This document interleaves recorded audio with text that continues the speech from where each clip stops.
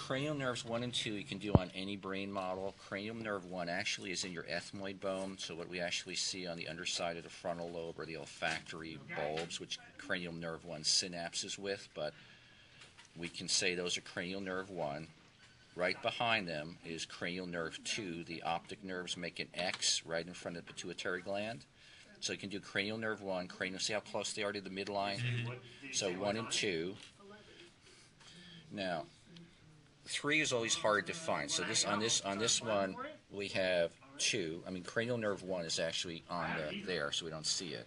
But on the removable brainstem, there's cranial nerve 2, the 2 optic nerves making their X, the optic chiasma.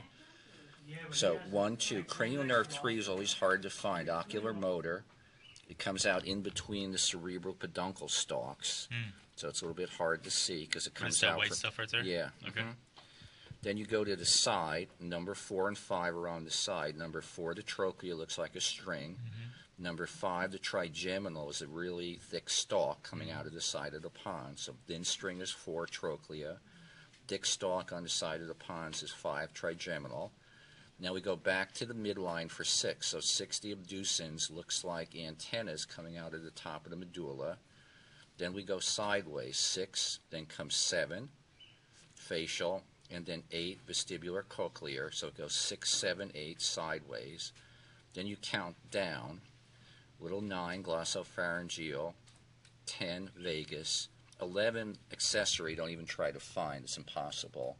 But then you go back to the middle for 12, which is hypoglossal, which looks like little fins coming out the side of the medulla. So this is the pattern. 1, 2, 3 are in a straight line. Then you go sideways on the side of the pons for 4 and 5, back to the middle.